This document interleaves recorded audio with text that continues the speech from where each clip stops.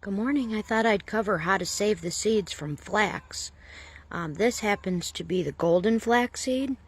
Anyone who's ever bought flaxseed has probably wondered what the plant looks like. At least I know I did. It's actually super pretty. You see the pretty blue flowers, blue purpley flowers. Very easy to grow. I started it from seed right in this container a little over 2 months ago. When you look closely, you can see after the flowers are spent, you see how it forms little seed pods. Each little round ball, you gotta kind of wait for them to turn brown. Maybe you can see if I back up a little better. So like this one right here is perfect. Pull this one off.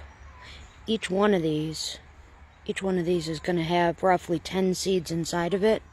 Since they're so small, I separated it before I started the camera. So this was one that I pulled off, and there was 9 seeds inside that one. And then basically all you're going to do to save the seeds is open the little pods and leave them out on a paper plate labeled. Let them dry until they snap. When you snap them in half, they get a good snap to them. And that's it. Then you just saved your own flax. Your own golden flax in this case, but regular flax grows exactly the same way. Super easy to grow.